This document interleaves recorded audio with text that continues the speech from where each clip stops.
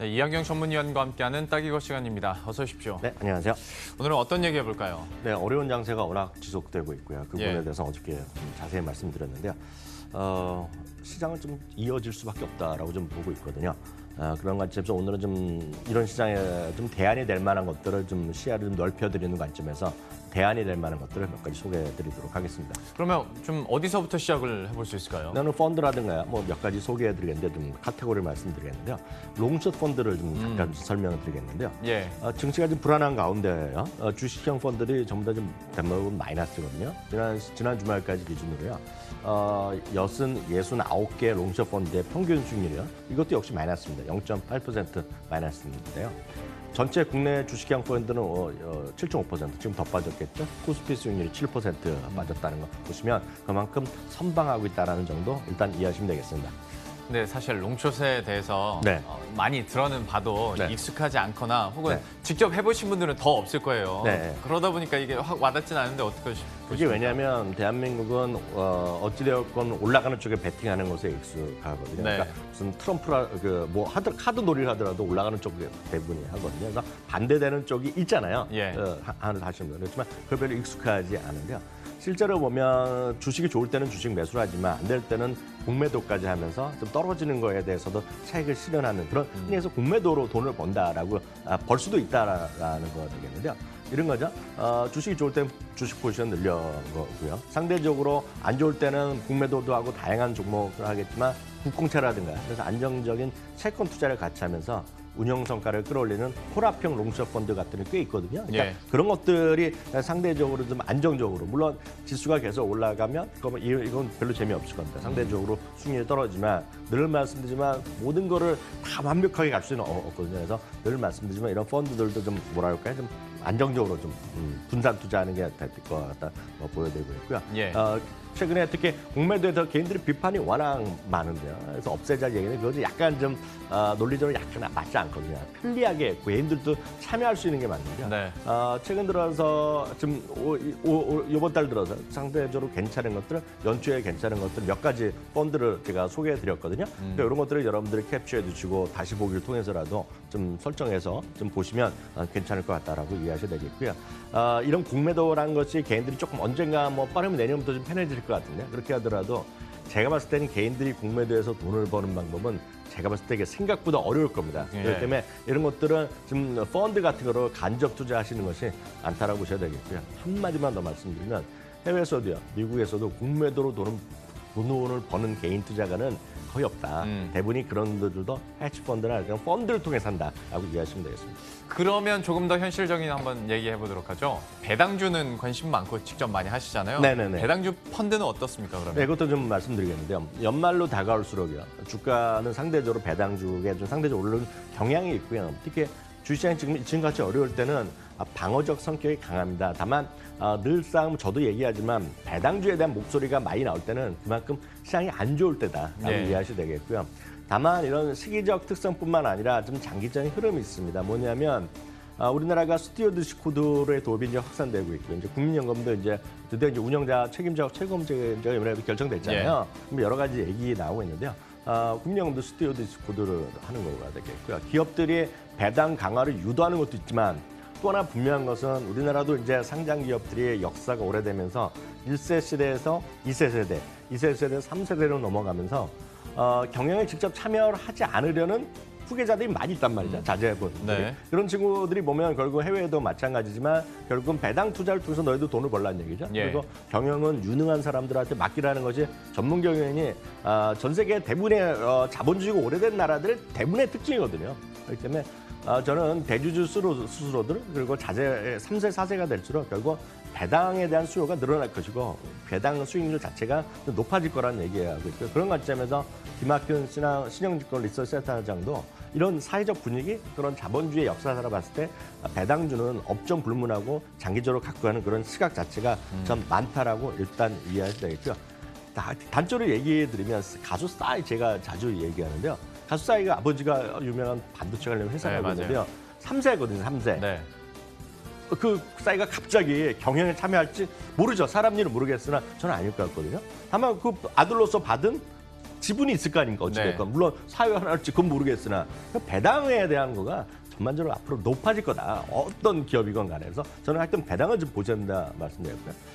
배당주 관련 펀드는 내가 아주 쉽게 설명드릴 수 있습니다. 워낙 신형 밸류 고배당 펀드가 국내 최대 규모이기 때문에 예. 저랑 아무 상관없지만 좀 말씀을 드리겠고요. 미래세 배당 프리미엄도 주식 혼합형인데요. 70%는 고배당으로 가고 30% 채권으로 가는 것도 꽤 유명한 거거든요. 그런 건 좀 예. 보셔야 되겠고요. 글로벌 배당 펀드들도 꽤 몇 가지 있습니다. 대신도 있고요. 피델리티도 있고 키움에서들도요. 글로벌 밸류 다양한 이름으로 하고 있기 때문에 이런 것들은 앞서 롱숏도 마찬가지지만 반드시 PB분들, 은행이나 증권사 PB분들과 상의하시고 나서 조목조목 따지고 나서 하셔야 된다 이렇게 말씀드립니다. 배당주 관련 펀드에 대해서도 이렇게 얘기를 해봤고요. 예전부터 영영 위원께서 금 얘기도 이따금씩 해주셨잖아요. 네. 금 관련 투자는 어떻게 보십니까? 금은 저 늘상 얘기하는데 특히 한두 달 전부터 금은 이 코너 통해서 그리고 시황 관련 시간에도 제가 자주 말씀드리는데요.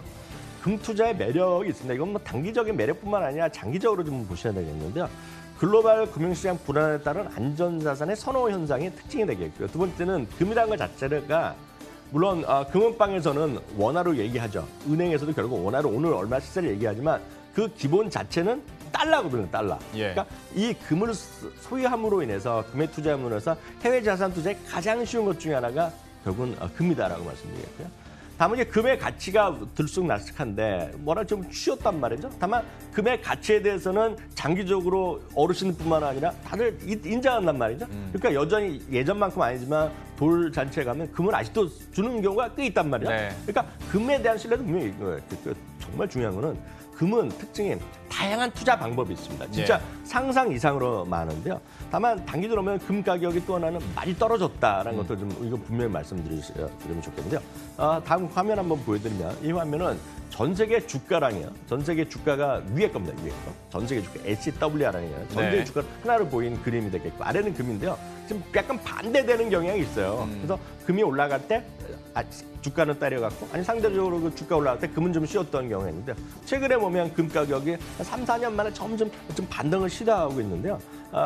그림 하나 보여주는 트렌드를 보여주면 금값이 좀 약세 국면은 좀 통과하고 있다는 시각이 좀 늘어나고 있습니다. 지금요. 예. 그래서 금 같은 것도 여러분 좀 대안으로 보셔야 되겠고요. 참고적으로 금 펀드는요. 수익률이 최근 한 달에 2.3%가 되겠고요. 아마 3개월, 6개월은 지금 여전히 마이너스입니다. 다만 분산 투자 일환으로 금이 됐건 US 달러 됐건 계속 말씀드리지만 필요하다 이렇게 말씀드리고 싶네요. 근데 이것 좀 정리하고 가죠. 금 펀드 얘기해 주셨는데 네. 금 가지고 네. 투자할 수 있는 게 굉장히 많잖아요. 요즘에 홈쇼핑에서도 금괴를 팔고 뭐 금목걸이를 팔아요. 네. 그럼 어떻게 분류해 볼 수 있을까요? 이거는 진짜 이 방송을 보시는 분이 다양한 입장, 다양한 시각, 다양한 어떤 세금이나 이런 문제가 있기 때문에 예.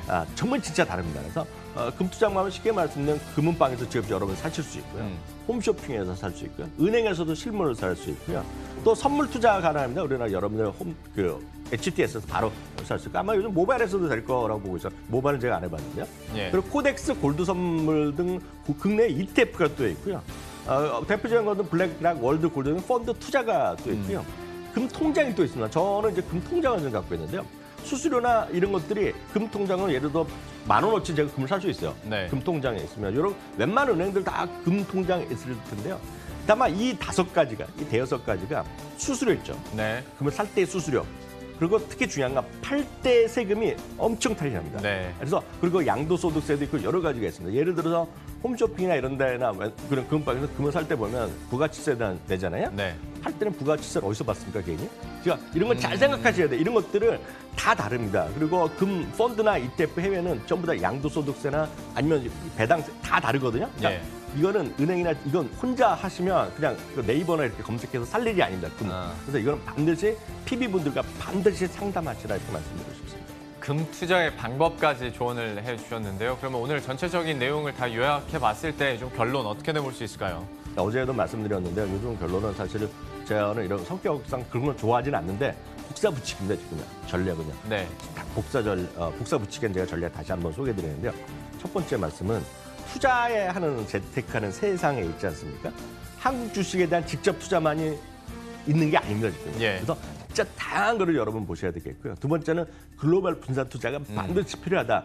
뭐 미국이 떨어졌네, 일본이 떨어졌네, 중국이 어쩌다 이런 얘기 하실 필요 없고요. 예. 하여튼 분산 투자를 하셔야 됩니다. 지금. 그리고 세 번째는요. 앞서 오늘 보여드렸다시피 대한투자 같은 다양한 재테크 공부는 요즘 기회를 많이 찾을 수 있어요. 요즘 동영상에서도 이런 거 많이 가르쳐 주더라고요. 예. 이런 것들. 그러니까 그런 것들 보시고요. 마지막 최종 결정은 다시 말씀 PB분들과 좀 상의하시고 하시는 게 낫다. 그러니까 그냥 네이버나 카카오 이런 얘기 듣고 비동량으로 해서는 제가 봤을 때 어떤 재테크도 낭패를 볼 가능성이 크다 이렇게 말씀드립니다. 이렇게 해서 오늘의 마지막 결론까지 들어봤습니다. 지금까지 이항영 전문위원과 함께했습니다. 고맙습니다.